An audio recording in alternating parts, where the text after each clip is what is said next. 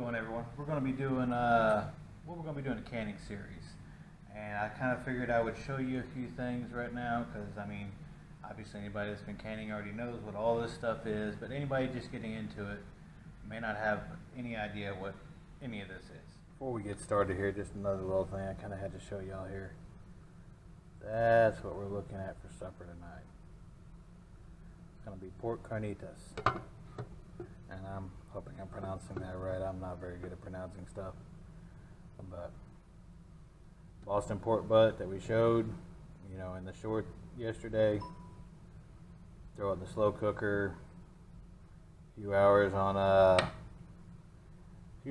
high. I'm cooking it on low, so it's going to sit here the biggest part of the day. Shred it up, and man, is it good. But let's get back to it. Like I said, I'll be making a playlist. It'll be down in the description, and I'll go ahead and link it above as well.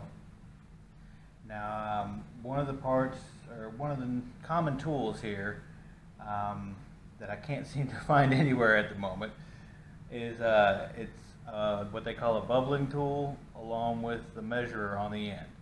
And I'll go ahead and put a picture of it up right now so that everybody has a good idea of what it looks like. Now that is just to kind of help get the bubbles out of the jar, once you've got what you're putting in there, so that way everything works a little better. The more bubbles you got in there, the less food or whatever you're going to be able to fit into your jars.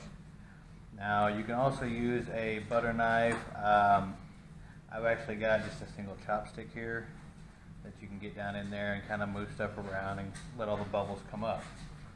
So another little quick alternative. Both of these here, because all the jars come in several different sizes. You have quarts, you have pints, half pints, little, jelly jars. There's all different kinds of stuff. But one of the main things that you need to kind of be concerned with, at least when you're buying more lids and things of that nature, is that the biggest difference between the jars is their lid size. Now, this one here is a wide mouth. As you can kind of see, it's, even with the jar here. So that's one size lid. The other one here is just your normal. Most jars will be like this. As you can see, the rim is smaller than what the jar is. And size comparison, there's the difference on your lids. So you can imagine how, if you got these lids for these kind of jars, that ain't gonna work, and vice versa. Now the other idea here is that with the wide mouth jars, things like meat, when you're doing pickles, if you're using pickle spears and stuff like that, it can be a lot easier to get, stuff down in here that's bigger. To where this one here, it's just a normal jar. You can get pretty well anything in here anyway. Sometimes it can just be a little easier to get in this one. Now this here is going to be your canning funnel. Kind of self-explanatory there. You're putting product in. Makes it a whole lot easier. Less mess. This one right here, because now keep in mind you should be sanitizing everything beforehand. You want to make it as clean as possible so that way you have as little issues as possible. When you boil your lids, they're going to be hot. Pick it up. Anyway, you get the idea. So that will help out a whole lot in that thing. Now this tool here is meant for opening stuff.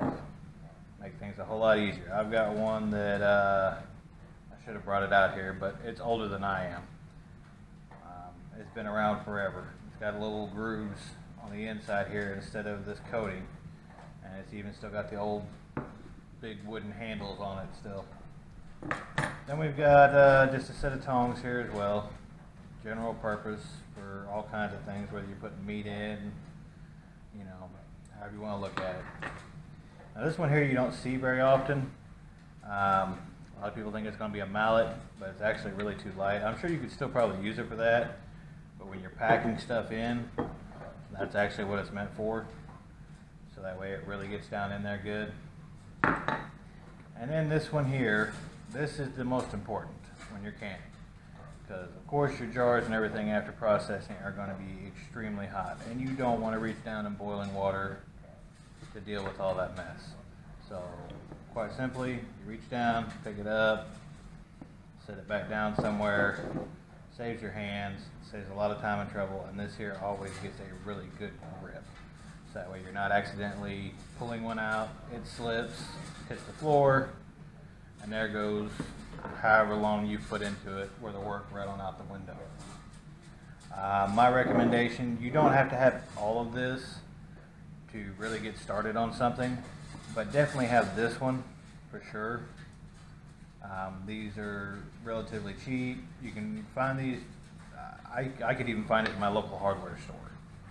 So I mean, Walmart carries them, you know, big box stores usually carry them. You're gonna kind of go over in the kitchen area, and it's usually tucked kind of somewhere, because of course they don't want us being more self-sufficient.